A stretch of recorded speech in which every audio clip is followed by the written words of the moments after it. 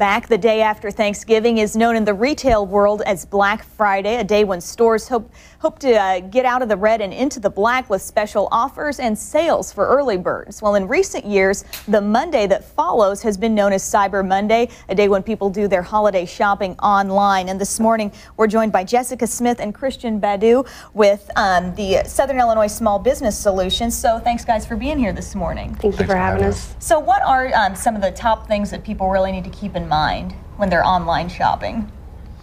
Well, the first thing is to shop wisely. I mean, common sense applies to everything. Just like when you go to the mall, you practice some kind of common sense when you give your credit card away to the merchant. You kind of have to use the same common sense when you go on the internet. As a rule of thumb, you have to deal with reputable merchants, Amazon, eBay, Overstock, and so on and so forth. If the information they ask for on the website, it is somehow fishy, you don't think that you should provide that information, chances are you shouldn't provide that information. By large merchants will only ask you for the credit card number, expiration date, and your address. So if that's for anything else more than that, you should probably be wary of that website. The other thing that you should know is know your rights. You are protected on the internet by laws, just like you are protected when you purchase from the catalog or mail. They have to send your order within the time stated on the website. If they fail to do so, you're entitled to a full refund, speedy and prompt. So. Sure, and some other things, getting back to when you're giving out your personal information, is there any way to tell, just to make sure that this website is not going to abuse that information, privacy policies and things like that people should look into? Absolutely.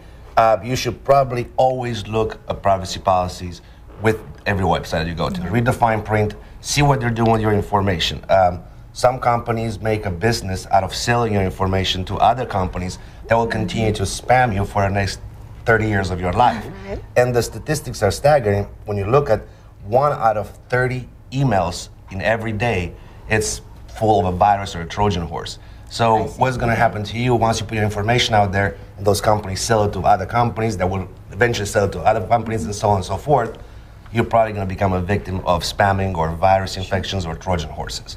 So you should always look at the privacy policy. If they don't state that we do not share information with anybody else, chances are you probably should go and find the same product somewhere else where they're not going to sell your information. Now, Jessica, what about security codes? I know this is something people may not be aware of, but they can look for this right when they go to a website.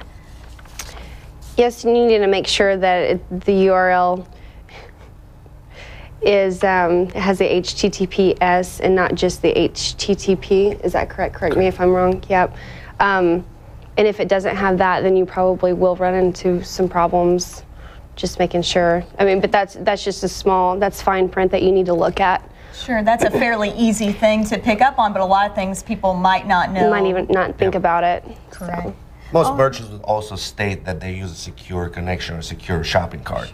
So what it does, it encrypts your information from your computer at home to the merchant's processing center where they process your credit card, so there's nobody in between that can intercept that transaction and get your credit card number, expiration date, and billing address. Wow. Well, Jessica Smith and Cristian Badiu, thank you guys so much for being in here this morning to give us some tips. People will have some time to kind of ingest all that information before they go shopping. So Thank you very much. Thank you. Have a nice shopping season. Thank you, and we will send it over.